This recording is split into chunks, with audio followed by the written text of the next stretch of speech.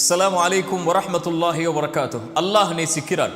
அல்லாஹ் யாரை நேசிக்கிறான்? அல்லாஹுடைய தூதர் ஸல்லல்லாஹு அலைஹி வஸல்லம் அவர்கள் சொன்னார்கள், இந்த பூமியிலேயே அல்லாஹ்விற்கு விருப்பத்திற்குரிய நேசத்திற்குரிய இடங்கள் பள்ளிவாசல்கள், அல்லாஹுடைய இல்லங்கள் அமைந்திருக்கக்கூடிய இடங்கள் என்று. அப்படி என்றால் யார் அல்லாஹுடைய இல்லங்களோடு மஸ்ஜிதுகளோடு தங்களை தொடர்பு படுத்தி வைத்திருக்கிறார்களோ அவர்களை அல்லாஹ் நேசிக்கிறான்.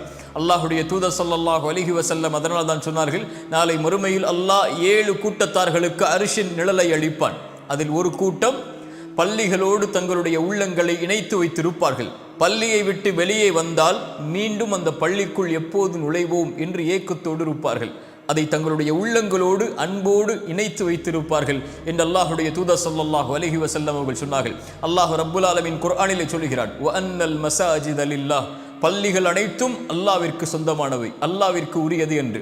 அல்லாஹுடைய தூதர் ஸல்லல்லாஹு அலைஹி வஸல்லம் அவர்கள் சொன்னார்கள், அல்லாஹுடைய இல்லங்கள் ஒவ்வொரு இறையஞ்சக்கூடிய அடியானுடைய வீடுகளாகும் என்று அல்லாஹுடைய தூதர் ஸல்லல்லாஹு அலைஹி வஸல்லம் அவர்கள் சொன்னார்கள். அதனால் தான் சொன்னார்கள், அல்லாஹுடைய தூதர், யார் இந்த பூமியில் அல்லாஹுடைய இல்லத்தை அமைப்பாரோ அல்லாஹ் அவருக்கு சொர்க்கத்திலே ஒரு வீட்டை அமைப்பான் என்று அல்லாஹுடைய தூதர் ஸல்லல்லாஹு அலைஹி வஸல்லம் அவர்கள் சொன்னார்கள். அல்லாஹுடைய தூதர் அதை நிர்வகிப்பவர்களுடைய சிறப்புகளை சொன்னார்கள். யார் நாளை வறுமையில் அல்லாஹ் ரப்புல் ஆலமீன் அழைப்பான், என்னுடைய அண்டை வீட்டார்கள் எங்கே, என்னுடைய அண்டை வீட்டார்கள் எங்கே என்று மலக்குகள் கேட்பார்கள், யா அல்லாஹ் யார் உன்னுடைய அண்டை வீட்டார்கள் என்று. அல்லாஹ் ரப்புல் ஆலமீன் கூறுவான், பள்ளிகளை அல்லாஹுடைய இல்லங்களை நிர்வகித்த அந்த நல்லடியார்கள் எங்கே என்று அல்லாஹ் ரப்புல் ஆலமீன் அவர்களை தன்னுடைய நெருக்கத்திற்குரியவர்களாக அல்லாஹ் ஆக்கிக் கொள்வான் என்று அல்லாஹுடைய தூதர் ஸல்லல்லாஹு அலைஹி வஸல்லம் அவர்கள் சொன்னார்கள். அல்லாஹுடைய தூதர் ஸல்லல்லாஹு அலைஹி வஸல்லம் மேலும் சொன்னார்கள், யார் காலையிலும் மாலையிலும் அல்லாஹுடைய இல்லங்களை நோக்கி நடந்து செல்கிறார்களோ அல்லாஹ் கண்ணியத்திற்குரிய இடத்தை நாளை மறுமையில் சொர்க்கத்தில் அமைப்பான், அவர்கள் காலையிலும் மாலையிலும் செல்வதற்கு என்று அல்லாஹுடைய தூதர் ஸல்லல்லாஹு அலைஹி வஸல்லம் அவர்கள் சொன்னார்கள். அல்லாஹுடைய தூதர் மேலும் சொன்னார்கள், இருளில் அல்லாஹுடைய இல்லங்களை நோக்கி நடந்து செல்பவர்களுக்கு நற்செய்தி சொல்லுங்கள், அல்லாஹ் ரப்புல் ஆலமீன் நாளை மறுமையில் முழுமையான வெளிச்சத்தோடு அவர்களை நடக்க வைப்பான் என்று அல்லாஹுடைய தூதர் ஸல்லல்லாஹு அலைஹி வஸல்லம் அவர்கள் சொன்னார்கள். அல்லாஹுடைய இல்லங்களோடு நெருக்கத்தில் இருப்பவர்கள், அல்லாஹுடைய இல்லங்களை நிர்வகிப்பவர்கள், அல்லாஹுடைய இல்லங்களோடு தங்களுடைய வாழ்வை இணைத்து வைத்திருப்பவர்களை அல்லாஹ் ரப்புல் ஆலமீன் நேசிக்கிறார். அல்லாஹுடைய தூதர் ஸல்லல்லாஹு அலைஹி வஸல்லம் அதனால்தான் அல்லாஹுடைய இல்லங்களில் அல்லாஹ்வை வணங்குவதற்குரிய சிறப்பிற்குரிய தொழுகையை அங்கே நிறைவேற்றுமாறு கூறினார்கள். அல்லாஹுடைய தூதர் ஸல்லல்லாஹு அலைஹி வஸல்லம் அவர்கள் சொன்னார்கள், ஒரு முறை பள்ளிக்கு வந்து தொழுகைக்கு தயாராகி கொண்டிருக்கிறார்கள். நபித்தோழர்கள் பள்ளிக்கு வருவதற்கு தாமதமாகிறது. அல்லாஹுடைய தூதர் ஸல்லல்லாஹு அலைஹி வஸல்லம் தங்களுடைய கோபத்தில் சொன்னார்கள், யாரெல்லாம் பள்ளிக்கு இகாமத் சொல்லப்பட்டதற்கு பிறகும், அதான் சொல்லப்பட்டதற்கு பிறகும், அழைப்பு விடுக்கப்பட்டதற்கு பிறகும் யார் பள்ளிகளுக்கு வராமல் வீடுகளில் தங்களுடைய தொழுகைகளை ஆக்கிக் கொள்கிறார்களோ அவர்களுடைய வீடுகளை நெருப்பால் எரிக்க என் மனம் நாடுகிறது என்று அல்லாஹுடைய தூதர் ஸல்லல்லாஹு அலைஹி வஸல்லம் அவர்கள் சொன்னார்கள். நம்முடைய வீடுகள் எல்லாம் அல்லாஹுடைய தூதர் ஸல்லல்லாஹு அலைஹி வஸல்லம் மேலும் சொன்னார்கள், ஒரு கண் தெரியாத நபித்தோழர் வருகிறார். அல்லாஹுடைய தூதரே, எனக்கு கண் தெரியாது, இரவுடைய நேரங்களில் பள்ளிக்கு வருவதற்கு சிரமமாக இருக்கிறது, பாதையின் காரணமாக நான் வீடுகளில் தொழுவதற்கு அனுமதி இருக்கிறதா? அல்லாஹுடைய தூதர் ஸல்லல்லாஹு அலைஹி வஸல்லம் கேட்டார்கள், அதானுடைய சப்தம் உன்னுடைய காதில் விழுகிறதா? அவர் சொன்னார், ஆம் என்று. அப்படி என்றால் உனக்கு எந்த ஒரு அனுமதியையும் நான் பார்க்கவில்லை என்று அல்லாஹுடைய தூதர் ஸல்லல்லாஹு அலைஹி வஸல்லம் அவர்கள் அந்த நபித்தோழருக்கு சொன்னார்கள். நமக்கு கண் தெரியாதா? அல்லாஹ் ரப்புல் ஆலமீன் நம்மை சீரமைப்பானாக. அல்லாஹுடைய தூதர் ஸல்லல்லாஹு அலைஹி வஸல்லம் சொன்னார்கள், உங்களுடைய வீடுகளுக்கு அருகில் அல்லாஹுடைய இல்லங்களை அமைத்துக் கொள்ளுங்கள்.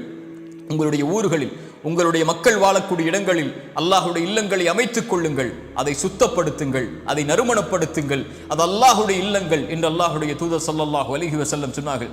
அல்லாஹுடைய தூதர் ஸல்லல்லாஹு அலைஹி வஸல்லமுடைய காலத்தில் அல்லாஹுடைய தூதருடைய இல்லத்தை, அல்லாஹுடைய தூதர் தொழக்கூடிய அந்த பள்ளிவாசலை சுத்தம் செய்யக்கூடிய ஒரு பெண்மணி மரணித்து விட்டார்கள். அல்லாஹுடைய தூதர் அந்த மரணத்திற்கு பிறகு வருகிறார்கள். நபித்தோழர்களை பார்த்து கேட்டார்கள், அந்த பெண்மணி எங்கே என்று. நபித்தோழர்கள் சொன்னார்கள், அல்லாஹுடைய தூதரே, அல்லாஹுடைய இல்லத்தை சுத்தப்படுத்தி அந்த பெண்மணி மரணித்து விட்டார்கள், அவர்களை அடக்கம் செய்து விட்டோம். அல்லாஹுடைய தூதர் கூறினார்கள், எனக்கு தகவல் கூறியிருக்க கூடாதா, எங்கே இருக்கிறது அந்த மன்னரை என்று கூறி அல்லாஹுடைய தூதர் அந்த பெண் அடக்கம் செய்யப்பட்ட இடத்திற்கு சென்று அவர்களுக்காக துஆ செய்தார்கள். ஏன்? அவர்கள் செய்த பணி அல்லாஹ்விடத்திலே மேலான பணி. அல்லாஹுடைய இல்லங்களை சுத்தப்படுத்தக்கூடிய பணியை அல்லாஹ் நேசிக்கிறான். அல்லாஹுடைய தூதர் அந்த பெண்மணிக்காக அல்லாஹ்விடத்திலே துஆ செய்தார்கள். அவர்கள் மரணித்ததற்கு பிறகும் இத்துணை சிறப்புகளையும் உள்ளடக்கிய, இத்துணை கண்ணியங்களையும் உள்ளடக்கிய அல்லாஹுடைய இல்லங்கள் இன்று அழுது கொண்டிருக்கிறது. உங்களுடைய ஊர்களில் அல்லாஹ்வுடைய இல்லங்கள் இருக்கக்கூடிய நிலைமைகளை கொஞ்சம் எடுத்து பாருங்கள். முன்னால் இருந்த தலைமுறை, வரும் தலைமுறைகள் எம்முடைய ஊர்களில் தொழுகையாளிகளாக மாற வேண்டும் என்பதற்காக அல்லாஹுடைய இல்லங்களை பல லட்சங்கள் பல கோடிகள் செலவழித்து அல்லாஹுடைய இல்லங்களை அமைத்த இல்லங்கள் எல்லாம் அடுத்த தலைமுறை வரும்போது கண்டும் காணாமல் வெறும் கட்டிடங்களாக மட்டும் நிர்வகிக்கப்படக்கூடிய காட்சியை பார்க்கிறோம். அல்லாஹுடைய இல்லங்களில் உங்களுடைய ஊர்களில் நீங்கள் சென்று அதனுடைய கழிவறையின் நிலைமையை பாருங்கள். உங்களுடைய வீட்டின் கழிவறையின் நிலைமையை பாருங்கள். அல்லாஹுடைய இல்லங்களுடைய கழிவறைகள் எல்லாம் பொது கழிப்பிடங்களை விட மோசமான நிலையில் இருக்கக்கூடிய காட்சியை பார்க்கிறோம். அல்லாஹுடைய தூதர் இறையஞ்சக்கூடியவனுடைய இல்லம் அல்லாஹுடைய மஸ்ஜித் என்றார்கள். ஒரு முஃமினுடைய வீடு அல்லாஹுடைய மஸ்ஜித் என்றார்கள். உங்களுடைய வீட்டிற்கு மேல் நீங்கள் பேண வேண்டிய உங்களுடைய முதல் வீடு அல்லாஹுடைய இல்லம் என்றார்கள். இன்று கழிவறைகளுடைய நிலைமை, அன்றைய காலத்தில் கட்டப்பட்ட கழிவறைகள் ஒரு ஆணுடைய மர்ம உறுப்புகள் வெளியே தெரியும் அளவிற்கு சிறுநீர் கழிக்கக்கூடிய நிலைமையில் கட்டப்பட்ட கழிவறைகள் கூட இன்று வெறும் அங்காடிகளைப் போல் பாதுகாக்கப்பட்டு அதே நிலைமையில் இருக்கிறது.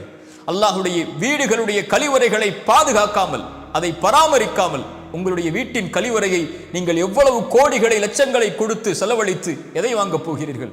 நாளை மறுமையில் அல்லாஹ் இதை குறித்து உங்களிடத்தில் விசாரிக்க மாட்டானா? அந்த ஊரில் வாலிபர்கள் இருந்தால் கவனத்தில் எடுங்கள். ரமதான் இருக்கிறது. ரமதானுக்கு முன்னதாக உங்களுடைய பள்ளிவாசல்களுடைய கழிவறைகளை சுத்தப்படுத்துங்கள், அதை மேம்படுத்துங்கள், அதை தரப்படுத்துங்கள். அங்கே வருவதை கண்ணியத்தோடு வரக்கூடிய அளவிற்கு ஆக்குங்கள். அதை முகம் சுளிக்கக்கூடிய இடமாக ஒருபோதும் அல்லாஹுடைய இல்லங்களை மாற்றி விடாதீர்கள். அல்லாஹுடைய இல்லங்களை பரிசுத்தப்படுத்துவது ஒவ்வொரு முஃமினுடைய கடமை. ஒவ்வொரு ஊர்வாசிகளாக வாழக்கூடிய உங்கள் எல்லோர்கள் மீதும் கடமை. வாலிபர்களே, அதை உங்களுடைய தலையான பணியாக எடுத்து அல்லாஹுடைய இல்லங்களுடைய கழிவறைகளை ஒவ்வொரு வாரமும் ஒவ்வொரு நாளும் ஒவ்வொரு வக்திற்கும் அதை சுத்தப்படுத்தக்கூடிய பொறுப்பை எடுத்துக்கொள்ளுங்கள். அல்லாஹுடைய பள்ளிகளை நிர்வகிக்கக்கூடியவர்களுக்கு ஒரே ஒரு செய்தியை கூறிக்கொள்கிறேன். அல்லாஹுடைய பள்ளியில் இந்த பூமியில் அல்லாஹ்விற்கு நேசத்திற்குரிய இடத்துடைய நிர்வகிக்கக்கூடிய நீங்கள் உங்கள் பள்ளிகளில் அல்லாஹுடைய இல்லத்துடைய தொழுகையை நடத்தக்கூடிய இமாம்களுக்கு என்ன கண்ணியத்தை கொடுத்திருக்கிறீர்கள்? இந்த தலைப்பை நான் எடுப்பதற்குரிய காரணமே அதுதான். அடுத்த தலைமுறைக்கு பள்ளிவாசல்களுடைய இமாம்களை கிடையாது. இதை இந்த தமிழ் சமூகம் புரிந்து கொள்ள வேண்டும். அல்லாஹுடைய இல்லங்களில் நிர்வகிக்கக்கூடியவர்கள் கவனத்தில் எடுத்துக் கொள்ள வேண்டும். இதை ஒரு எச்சரிக்கையாக சொல்லவில்லை, ஒரு அன்பின் அறிவுரையாக கூறுகிறேன். அடுத்த தலைமுறைக்கு இந்த பள்ளிகளுடைய இமாம்கள் என்ற தரத்தில் இருக்கக்கூடிய ஒரு சமூகம் உருவாகவே செய்யாது. ஏன்? அந்த இமாம்களை நீங்கள் எந்த கண்ணியத்தில் வைத்திருக்கிறீர்கள் என்பதை பொறுத்துதான் அடுத்த தலைமுறை அந்த இடத்திற்கு வரும். உங்கள் வீட்டில் வேலை பார்க்கக்கூடிய ஒரு வேலையாளின் சம்பளம் கூட இன்று பள்ளிகளில் தொழுகை நடத்தக்கூடிய இமாம்களுக்கு கிடையாது. அவர்களுக்கு வீடு வாசல் இல்லையா? அவங்க வீட்டின் வாடகை எப்படி கொடுப்பார்கள்? அவர்களுடைய குழந்தைகளை எப்படி படிக்க வைப்பார்கள்? அவர்களுடைய குடும்பத்தார்களை எப்படி அவர்கள் பராமரிப்பார்கள்? ஒரு ஏழையின் தரத்தை விட ஒரு இமாமின் தரம் கீழே இருந்தால் அடுத்த தலைமுறை அந்த இடத்திற்கு வருவதற்கு எப்படி ஆசைப்படும்? கண்ணியத்துக்குரிய என் அன்பு சகோதர சகோதரிகளே, உங்களுடைய ஊர்வாசிகளே, உங்களுடைய ஊரின் இமாமின் பொருளாதாரத்தின் தரத்தை நீங்கள் மேம்படுத்தி கண்ணியத்துக்குரிய இடத்தில் அவரை வைத்தால் மட்டுமே அடுத்த தலைமுறை அந்த இடத்திற்கு வருவதற்கு முயற்சி செய்யும். இல்லை என்றால் அடுத்த தலைமுறை பள்ளிவாசல்களுடைய இமாம்களினுடைய இடத்தை நிரப்பாமல் பள்ளிகள் அனைத்தும் முழுவதும் நிர்வகிக்கப்பட முடியாத அளவிற்கு காலியாகிவிடும். அல்லாஹ் அந்த நிலைமையிலிருந்து நம்முடைய சமூகத்தை பாதுகாப்பானாக. அல்லாஹ்விற்கு விருப்பத்திற்குரிய இடங்கள் அல்லாஹுடைய இல்லங்கள்.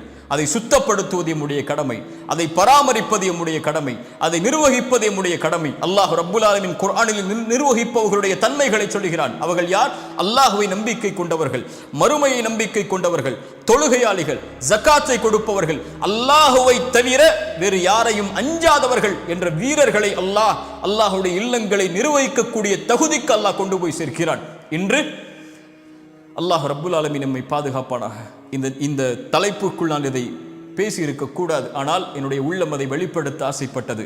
அல்லாஹுடைய இல்லங்களோடு தொடர்பு பட்டிருக்கக்கூடியவர்களை அல்லாஹ் ரப்புல் ஆலமீன் நேசிக்கிறான். இந்த பூமியில் அல்லாஹ்விற்கு விருப்பத்திற்குரிய இடங்கள் அல்லாஹுடைய இல்லங்கள். அல்லாஹுடைய இல்லங்களோடு தங்களுடைய உணர்வுகளையும் சிந்தனைகளையும் எண்ணங்களையும் உள்ளடக்கி இருக்கக்கூடிய மனிதர்களை அல்லாஹ் ரப்புல் ஆலமீன் நேசிக்கிறான். அல்லாஹ் அந்த கூட்டத்தில் என்னையும் உங்களையும் ஆக்கட்டும்.